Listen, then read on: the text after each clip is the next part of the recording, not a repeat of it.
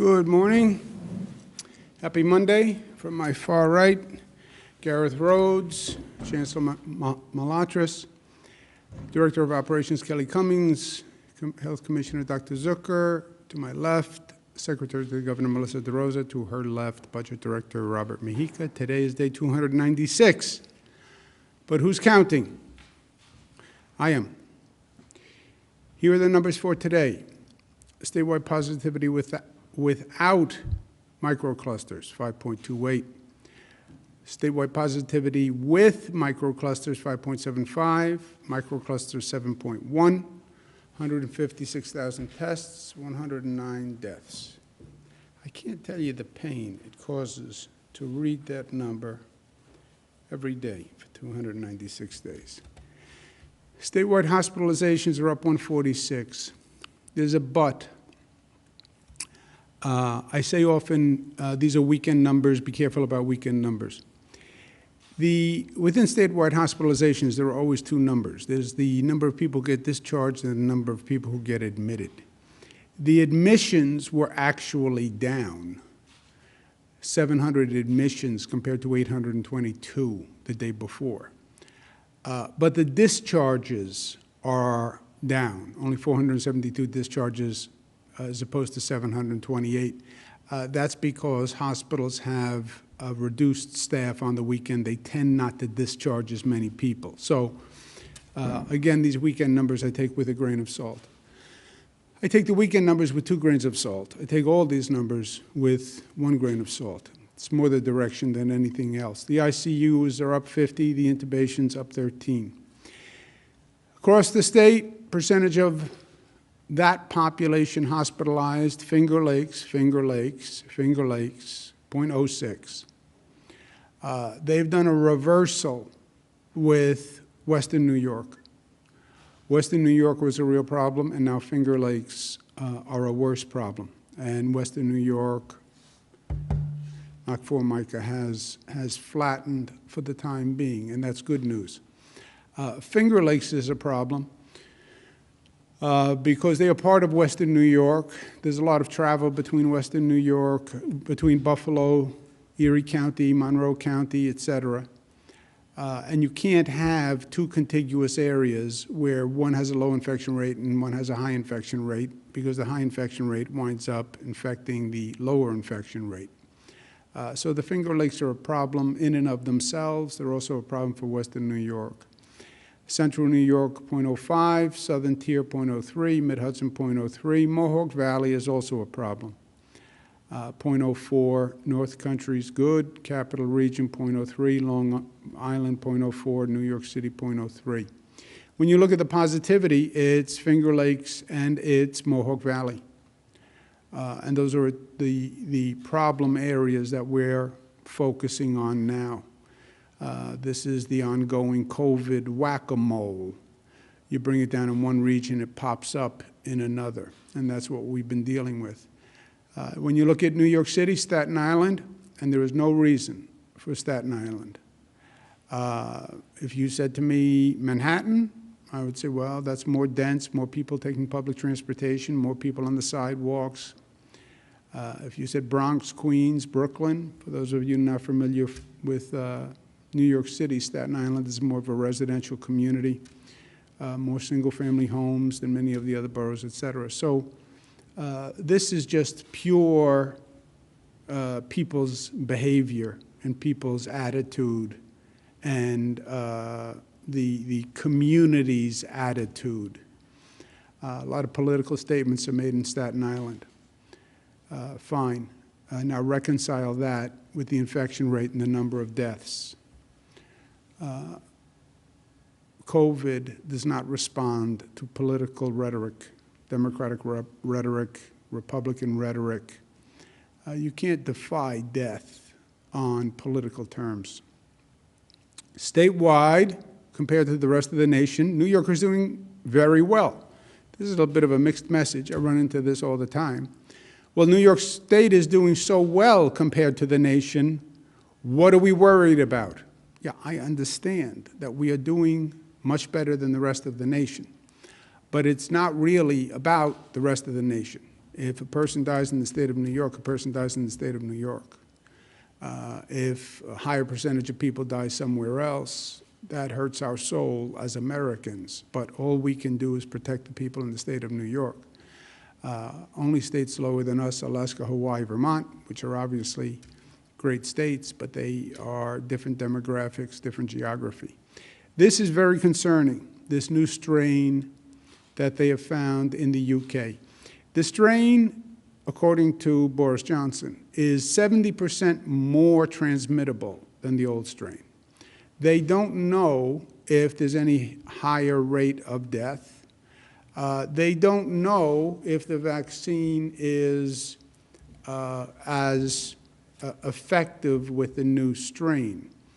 The quote from the UK medical officer was, "Our working assumption," quote unquote, "is that the vaccine works." The strain is so serious that the UK has closed down again. If the UK believes the strain is so serious that Boris Johnson, who said the week before, we're not going to cancel Christmas, we're not going to close, did a 180-degree turn and then closed parts of the UK, it's serious, my friends, and we are on notice about it. Why don't we act intelligently for a change?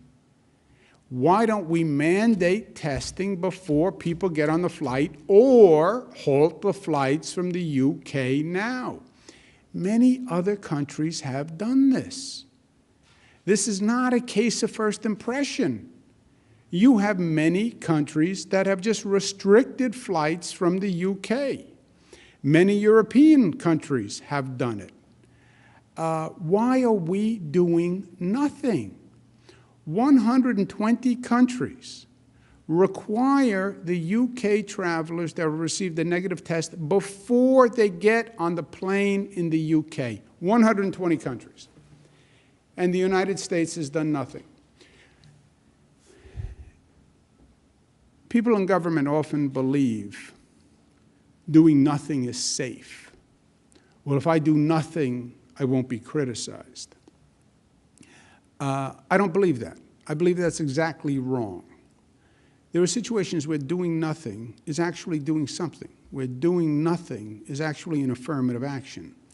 When you do not require the UK flights to be tested, you are allowing thousands of UK passengers to arrive here every day. The authorities say they haven't found the strain here yet. They are science-based. Until they find the strain, they will say there is no strain. I believe, intuitively, it's already here. I believe that. Because if it's been flying around the world, it will be here. And I say that intuitively because I have an educated intuition, because I lived this, and you lived this. This was the spring. This is how we had that New York ambush in the first place. This was, don't worry, the coronavirus is in China. No, it wasn't. The coronavirus got on a plane in China and went to Europe and came here from Europe. And nobody said anything for 2 months in the federal government. And it had been coming for so long that it was then too late. If this is more transmittable than COVID, 70 times more, says Boris Johnson, this is a major problem. And for us to once again be incompetent as a federal government and take no action is just not a viable option for us in New York.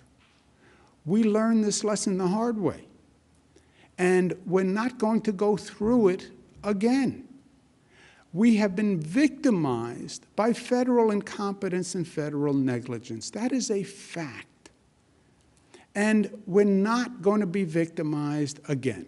There are 3 airlines that come from the UK and fly into our airports. Our airports are run by the Port Authority of New York, New Jersey. The three airlines are British Airways, Delta, and Virgin Atlantic. They daily are bringing several thousand passengers per day. I am asking those airlines to add New York State to the list of the 120 countries that require tests before the flights leave the UK for New York. 120 countries do it. My request is simple. Please add New York to the list of 120 countries. Well, you're not a country. I know that. But as governor of New York State, I have asked them to do that. We do have a public health emergency in existence in New York State. The British Airways, I have spoken to myself, and they have voluntarily agreed to add New York to the 120 countries that will do pre-boarding testing. And they will start that tomorrow. That's the same type of testing that many of the countries on the 120 list have agreed to. I want to thank British Airways. This was a very rapid decision by them.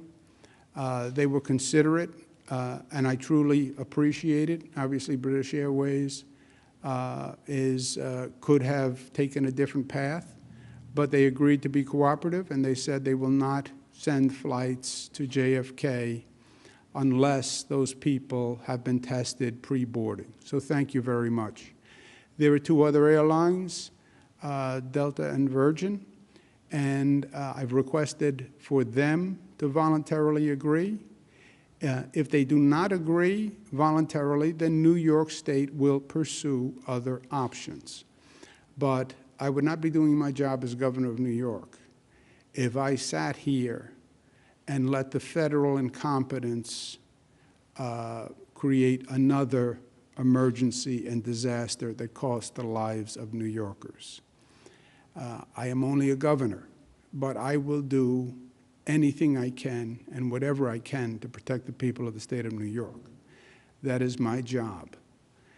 And I know and I believe my intuition is correct, that this is another disaster waiting to happen. If the UK closed down, if 120 countries require testing, if Canada left a plane on the tarmac because they wouldn't allow it to deboard, if the other European countries have said that they're banning travel, why are we doing nothing? Why are we doing nothing? Why did we do nothing in the spring? I'm not going to allow it to happen, or I will try my best to do everything within my power. I asked the other two airlines to follow the lead of British Airways. I asked them not to disrespect the people of New York State, who are very gracious and are good neighbors with the UK, but please don't abuse or disrespect the people of New York, and please don't underestimate the people of New York. We protect one another. I promise you that. So please consider joining voluntarily, and we await your answer. On vaccinations, is my hero, Nurse Sandra Lindsay. Look at that face. That needle goes in, not a muscle on her face moves. That is a pro. When my time comes, I hope I'm as good as Nurse Sandra Lindsay. I've had a lot of questions. I want to make something clear. Politicians are now talking about who's getting a vaccination. There is no politics in the vaccination process. There is no politician in the state of New York who is in control of the vaccination process. We went through this in COVID testing. Big shots get to the front of the line. Celebrities get to the front of the line. Affluent people get to the front of the line. This preferential treatment in COVID testing. It undermines the entire sense of democracy and equality and a government that works for all people. And in this time of COVID, where we've seen gross injustices, politics has nothing to do with it. There is no governor. There's only one governor in this state. But there's no governor, no county executive, or no mayor who controls the process. Anyone who says differently is either not telling the truth or violating the law. So let me know if either of those two happen. This is entirely done by medical professionals. We get the vaccine. We distribute the vaccine to a regional hub hospital. That hospital does the vaccinations for that region. We define the categories of people who are eligible, phase 1A, phase 1B, et cetera. And basically, we follow federal advice on that. But we tell the hospital, this is the eligible category, you administer the vaccine. It has nothing to do with politics, and it has nothing to do with government. Our only job, only the state government is involved, and our only job is to distribute the vaccine to the regional hub, get it there, and to make sure they have the guidelines and they're following the guidelines. We have already distributed more vaccine, and our hospitals have vaccinated more people than any state in the nation. We did this despite the snowstorm that we had over the past few days, which made it actually a little more interesting and a little more difficult. But welcome to 2020. 38,000 New Yorkers have already received the vaccine dose. This is where the vaccines went. There is no politics in this allocation. This is all proportionate to the number of people eligible in that class. So if we're talking about essential healthcare workers, this is where they are by percentage. New York City hospitals get more. Yes, because New York City has a larger population. Long Island Hospital got more. Yes, because they're a larger percentage of the population, and so forth and so on. But that's the only differential in the allocations. New York State, so far, is the #1 state. And I want to thank our hospitals who are doing a great job, and I want to thank our State Department of Health and OGS, who's actually distributing it to the hospitals. More vaccines are coming every day, 346,000 Moderna coming this week, 120,000 more Pfizer doses coming this week. We expect to have a total of 630,000 doses by this week. This week, we increase the priority populations that the hospitals will be allowed to administer. Federally qualified health center workers, EMTs, coroners, medical examiners, funeral home workers, other congregate care workers, and residents. This week, we also start the federal program to vaccinate in nursing homes, residents and staff in nursing homes. It is estimated that it will take 6 weeks, 3 days at each facility. Day 1, everybody receives 1 shot. That should take 2 weeks. Day 2, second shot. Day 3, the remaining staff. So 3 days, they basically break up the residents and staff in 3 groups, and they do it over 3 days. Total program is supposed to be 6 weeks. The pharmacies, we have worked with the pharmacies and the federal government. CVS is going to do 271, Walgreens 253, other pharmacies 94. These are the 618 nursing homes that are enrolled in the program. Again, it is basically proportionate to where the nursing homes are. This morning, we started in the nursing homes, and these are pictures from this morning. There we are in the Bronx, in Rochester, in Queens. Everyone receiving the vaccine. PPE on the nurses and doctors. Key for me in this vaccination program is to make sure the vulnerable communities and underserved communities are not left behind. They were left behind during COVID, highest death rate, highest infection rate, lowest testing rate. Black communities, Latino communities, poor communities. Left to the market's forces, you will see once again Black, Latino, and poor communities left behind. We're doing everything we can to make sure that doesn't happen, and I want this state to be a model for the nation of equitable outreach when it comes to a vaccine. We have a task force that we're putting together. The co-chairs of the task force are Rosanna Rosado, our great Secretary of State, Leticia James, our Attorney General, not pointing a finger at anyone in particular there, just happens to be the picture. Mark Morial, former mayor, who I worked with for many years. He's a great fellow. Pat Wang, President and CEO of Health First. So I want to thank them for their service. This is the full task force, and their job is to come up with an operational logistical plan. How do we get it into Black churches? How do we get it into public housing authorities? How do we get it into community centers? How do we run a public education campaign to the Black community and the Latino community and the poor community saying this is safe? There are very real resistance, a very real resistance to taking this vaccine, especially in the Black community. And there's a history that would give one a right to be skeptical. We need a public education to combat that.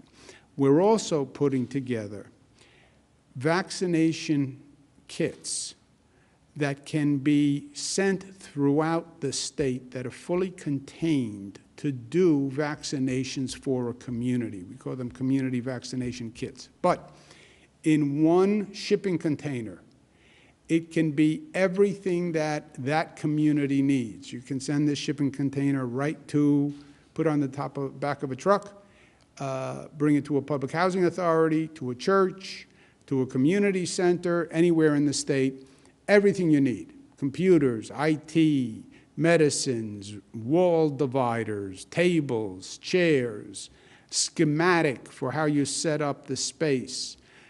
Space could be about 10,000 square feet because people have to come in, they have to be greeted, they have to be registered.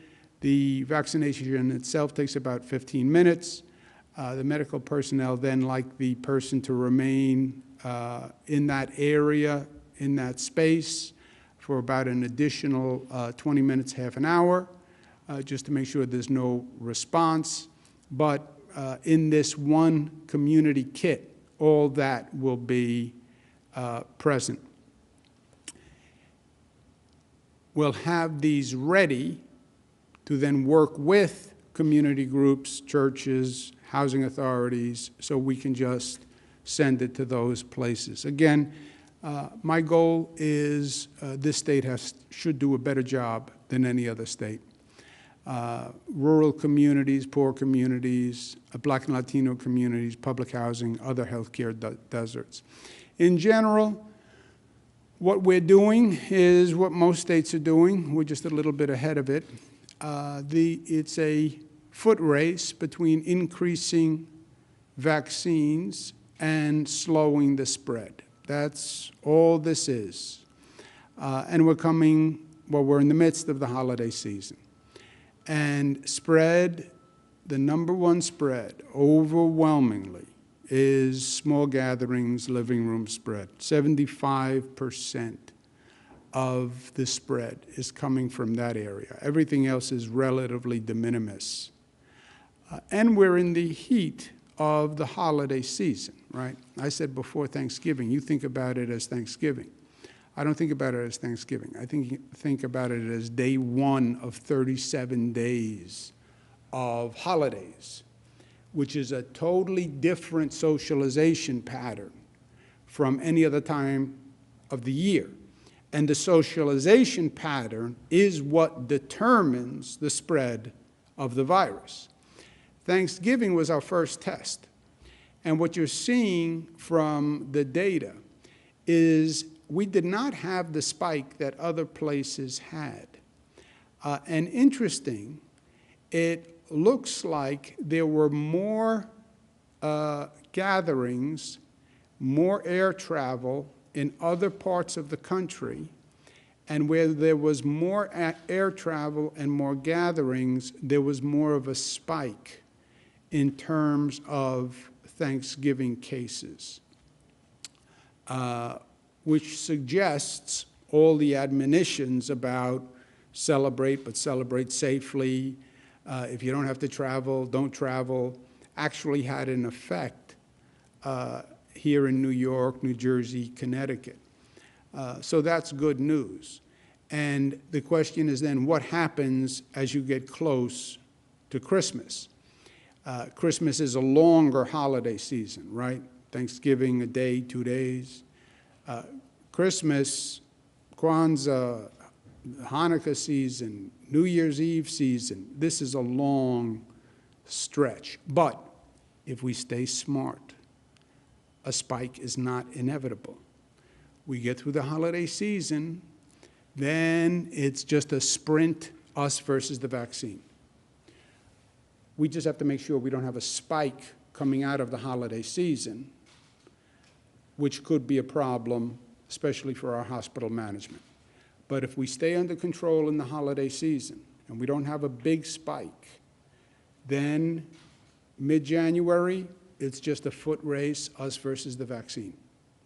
And we're going to get that vaccine out. We're already leading the nation in getting the vaccine out.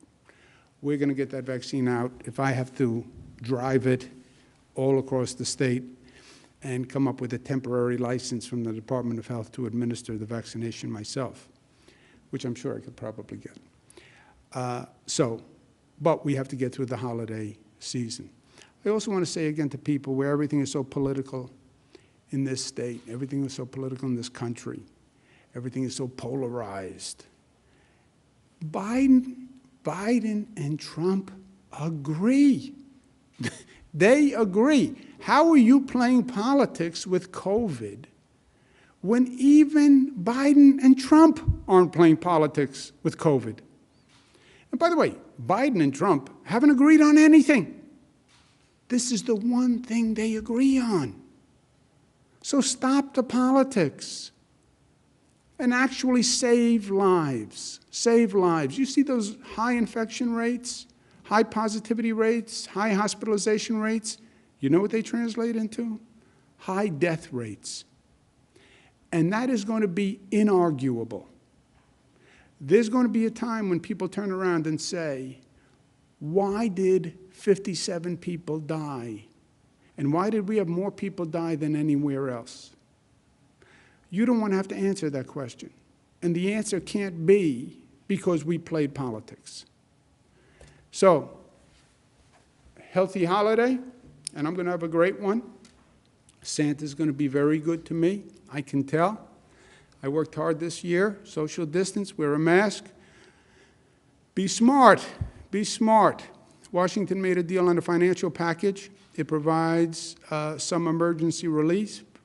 I spoke to Leader Pelosi about it a number of times. I spoke to Senator Schumer about it a number of times. I know they were working very hard on it. I know Senator Schumer was working very hard to get the best he could for New York. They were in an impossible situation because you have Senator McConnell, who still takes the position that we should bankrupt the states and wouldn't do state and local assistance. This is not partisan. Senator McConnell happens to be a Republican. I'm chairman of the National Governors Association. More Republican governors than Democratic governors in this country. The National Governors Association sent a letter to Congress asking for $500 billion in state and local assistance. Do you know what we got in this bill? Zero. Nada, niente. Zero. More Republican governors than Democratic governors asked for $500 billion, got zero. Bankrupt the states. The states are the country. If you bankrupt the states, you bankrupt the country. It makes absolutely no sense. And what they did provided no funding for New York State, New York City, Buffalo, Rochester, the counties. We have a $15 billion deficit caused by COVID, caused by the federal government, caused by their incompetence, caused by their negligence, caused by the COVID spring ambush. I can't make up a $15 billion deficit. That means we will lay off people. And that means we will lay off people who we need to do the vaccines. Lay off National Guard expenses, lay off police, lay off fire people, lay off hospital people. In the middle of a pandemic, that's what you want me to do? Dramatic tax increases. When an economy is faltering, when the New York economy is faltering, it makes no sense. What they did to the Democrats is they gave them a Sophie's choice. Which life do you want to save? We don't choose in this country between who lives and who dies. Everybody should live. We should be fair to everyone. When you don't fund states and cities, that means cities lay off police officers, and they lay off firemen, firefighters, and they lay off teachers. That's what happens. You hurt people. When you don't fund the state, it means I can't help people with rent relief and mortgage relief. I can't fund schools. You hurt people. This emergency, short-term, whatever you want to call it, it was a Sophie's choice. Well, do you want to help some people while other people struggle and are in pain? Or help no one? It was a impossible, unfair, un-American choice. I just hope Joe Biden gets in quickly and sanity restores to the nation. Another point, a little different, but this was a personal effort for me for many, many years, starting back when I was Attorney General. I worked on this issue. My DEC and Basil Sagos and the whole team here, there was a plume, a pollution plume left by Grumman of toxic chemicals that was in the aquifer on Long Island. And this plume of toxic chemicals was in the aquifer, and that's the aquifer where people get their drinking water. And it was left from the manufacturing era by Grumman. And the plume was just continuing to grow with the aquifer and move through more and more communities. This was the plume in 1997. This was the plume in 2017. You can see it just growing, and it was heading south towards the ocean. And the question of what do you do and how do you do it, first of all, from an engineering point, it was a truly challenging situation, because how do you get the toxic chemicals out of this underground aquifer? But on the other hand, if you do nothing, people's wells and drinking water are going to be poisoned. We fought it for 10 years. Northrop Grumman will pay $100 million to do an aquifer protection cleanup project, which is a very elaborate engineering device, but it's highly effective. It's the largest NRD settlement in the state history. It was a long fight, but it will protect the drinking water for the people on Long Island. And it was a really good thing and a big win. Last point, we had a request for a waiver of quarantine. We normally do not do waivers of quarantine. It's unfortunate that we're in this situation, but people from other states that have a higher infection rate, what we're dealing with the UK now, as I said, no state is an island, so you have to protect yourself, and that's what the quarantine rules did. But we have an unusual request, but DOH has been considering it for the past few days, and they have actually granted the request. Santa Claus asked for an exception for the 14-day quarantine requirement because it would be impracticable for him to be in this state and then quarantine and still get all his gifts delivered on time. DOH was flexible. They have granted the quarantine waiver, but Santa is required to wear a mask this year. I think you will still be able to recognize him, even though he'll be wearing a mask, because he does have a fairly distinct outfit that he wears, plus his body style is fairly distinct. So I don't think there'll be any issue in identifying Santa this year. He'll be able to do his job, but do it safely because he'll be wearing a mask. So thank you, Dr. Zucker, for, I think that was a creative outcome to that waiver request. Questions? Thank you, Governor. If you'd like to ask a question, please use the raise hand function at the bottom of your window. We'll take a moment to compile the Q&A roster.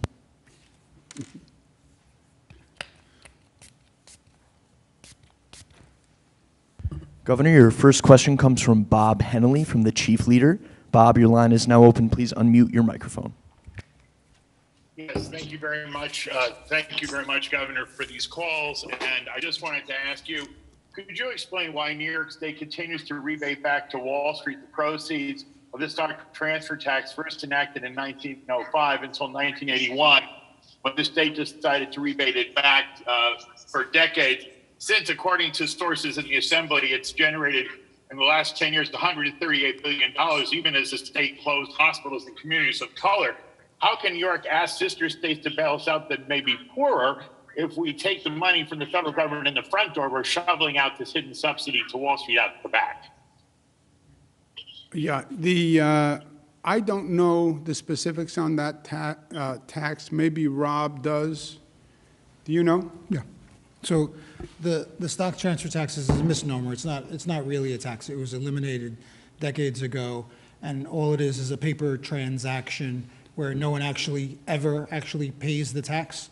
It shows up as a negative on people's filings.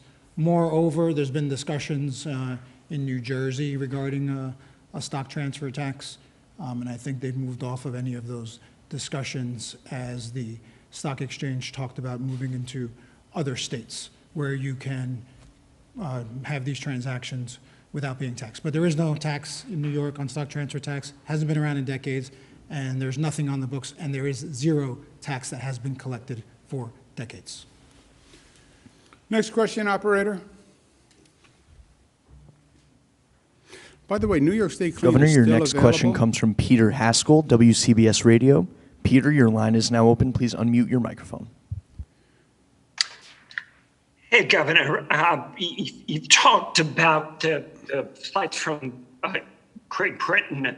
In the past, you've mentioned the fact that the test is just a snapshot. Is a negative test good enough, or should we just shut it down completely? Well, good question. Peter, I think the United States should do what other countries have done, which is halt the travel. Other countries have halted travel because, Peter, they don't know what they are talking about. Well, that's an offensive statement. No, it's not an offensive statement. They will say they don't know. They will say they don't know. I was on the phone with top experts all weekend. We don't know if it's more deadly. We don't know how much more easily it's transmitted. We don't know if the vaccine is effective. Our working assumption is that the vaccine is effective. This is back in the spring. Remember in the spring, Peter, they all changed their tune 10 different times. The only way it's spread is if a person sneezes or coughs. Oh no, that's not right. There's also asymptomatic spread. You don't have to have any symptoms and you can spread it. You have to be very careful about surfaces. Don't touch surfaces because it can be spread from surfaces. We disinfect all the trains and subways. Not so much on surfaces. In the beginning, you don't have to wear a mask. Oh, now everybody has to wear a mask. We saw this movie. UK closes down, other countries ban. Yes, I think the US should halt travel until they know what they're talking about, period. And the way they should have halted travel from Europe in the spring before they allowed the virus to come the first time. This is take two. You know, they talk about a second wave. There has been no second wave. This would be the second wave. This would be a mutated virus coming back, which is what phase second wave was, right? Second wave, 1918 flu pandemic. First wave, virus mutates, and then you have a second wave. This is a mutated virus that they think, according to the UK, transmits much, much faster. Why are you doing nothing? Now, I have no legal authority on international travel. When a plane lands at an airport, only Customs and Border Patrol has that jurisdiction. That's my issue here. I can't halt flights. I call on the US government to do it. However, you're landing on New York soil, and you are landing within the state of New York. And therefore, I do have legal jurisdiction that I can assert. But my preference would be what the other countries did. U.S. should halt travel until we know what we're talking about and we know the facts. Don't make the same mistake you made in the spring. If you can't do that, then negative test required before they get on the flight. Best would be halt. You're right there, Peter. Operator, next question. Governor, you now have Jennifer Lukey from WHEC TV. Jennifer, your line is now open. Please unmute your microphone. Good afternoon, Governor. You have, over the course of the last few days, specifically called out the Finger Lakes region. What do you attribute to the increase we're seeing here? And do you have any further plans to increase restrictions or enforcement? In this phase we're in this set of circumstances we're in with the virus, the overwhelming spread is small gatherings, living room spread, holiday spread, call it what you will. In many ways, it is an adaptation. You know how they talk about mutations of the virus? There are also mutations of people's behavior patterns.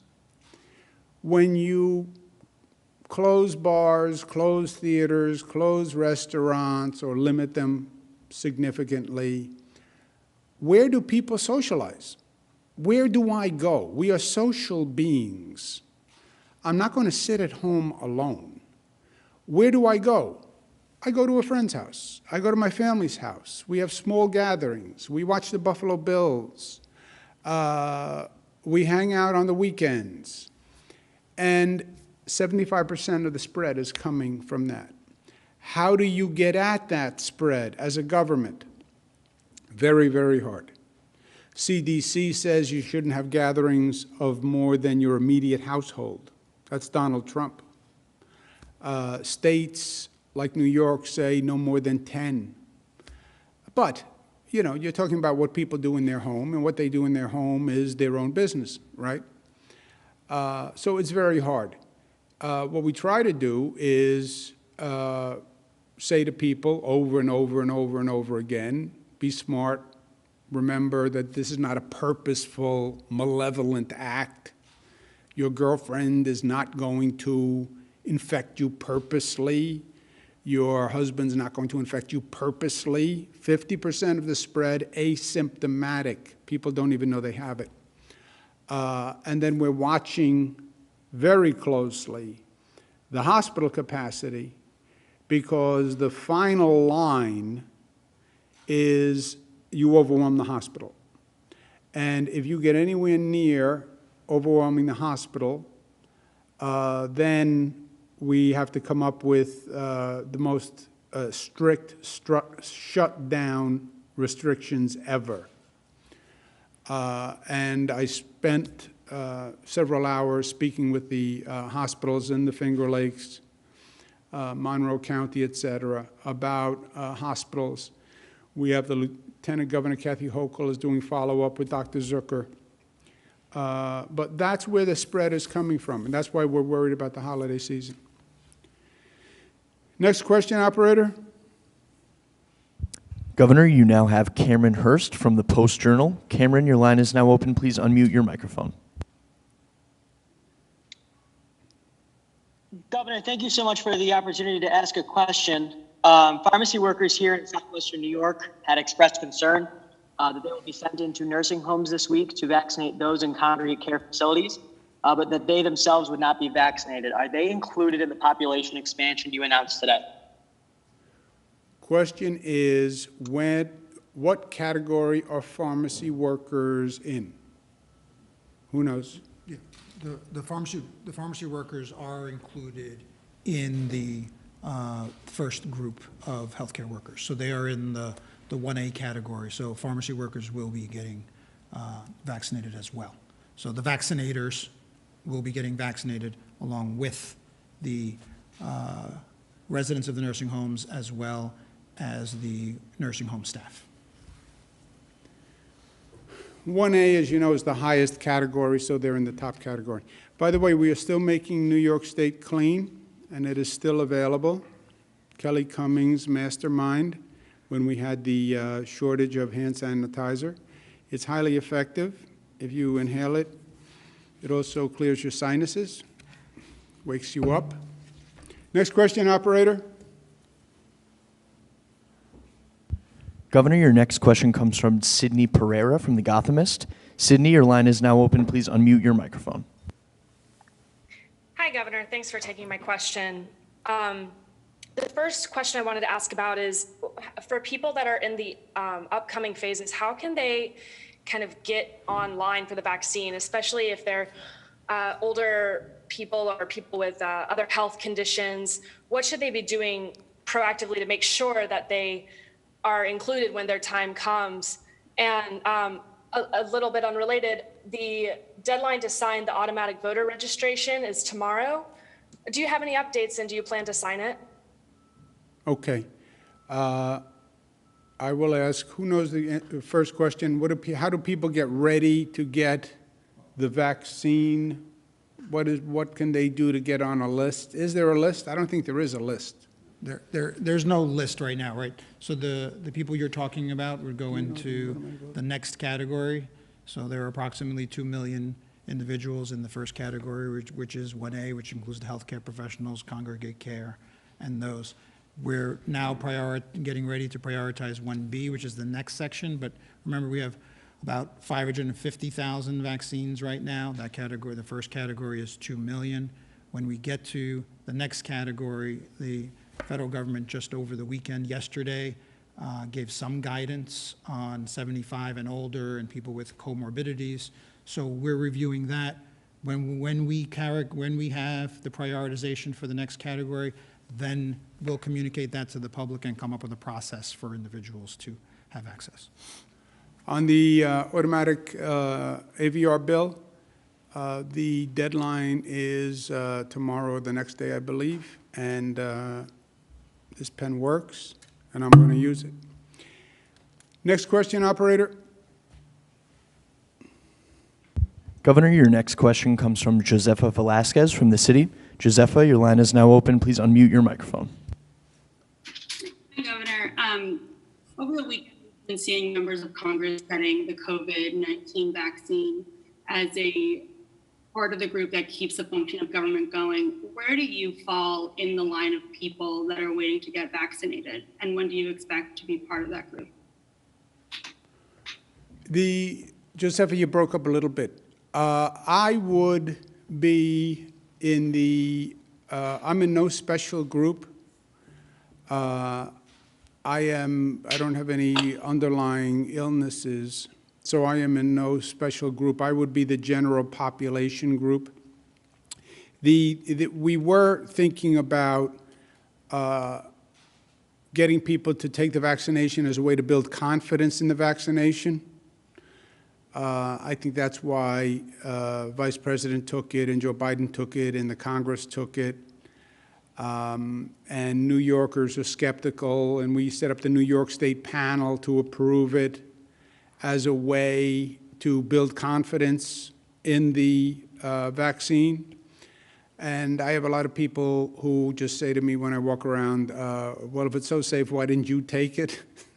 So, which is such a great New York attitude. You know? It's so good, why don't you do it? I had said I would take it as soon as the panel authorized it, and I'm willing to take it. The flip side is I don't want anyone saying, well, you took the vaccine and it should have gone to an essential worker. You know, with New Yorkers, you can't make anybody happy. So that's the yin and the yang. I would take it today, but I don't want the flip side of people saying, well, that was a vaccine that could have gone to an essential worker. One more question, please. Governor, your last question comes from Paul Liotta from the Staten Island Advance. Paul, your line is now open. Please unmute your microphone. Good afternoon, Mr. Governor. Thank you for taking my question.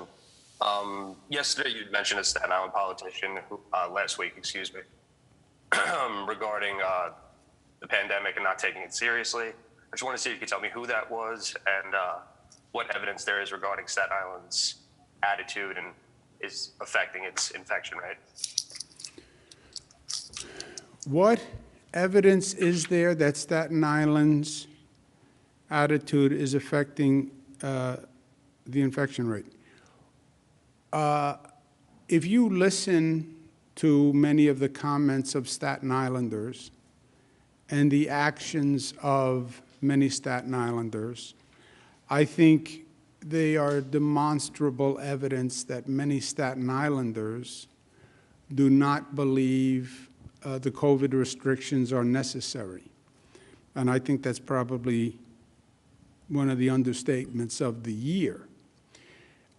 If you do not follow safe practices for COVID, the likelihood that you will get infected is higher. If you go to mass gatherings, protests, restaurants, bars without masks, the likelihood that you will get infected is higher. That is a fact, right? There are still facts. It's a virus. It spreads. If you don't take safe precautions, you're more likely to become infected. No mask, no social distancing, participating in large gatherings, you are more likely to get infected. That's a fact. You then have to figure out, why is Staten Island's rate higher? Given their demographics, given their geography, why is their rate higher? That's what you have to figure out. And if you haven't heard evidence of a theory on Staten Island that the restrictions are not necessary, then I think you haven't been listening to the people on Staten Island. And as far as the politician who I spoke to, who was very interested in getting a vaccine, that was a private conversation, and it'll stay that way. But my point about the vaccine was, if COVID is a hoax, and COVID isn't a problem, and this is all blown out of proportion, then why would you be asking about a vaccine? Don't worry about it. Have a good day.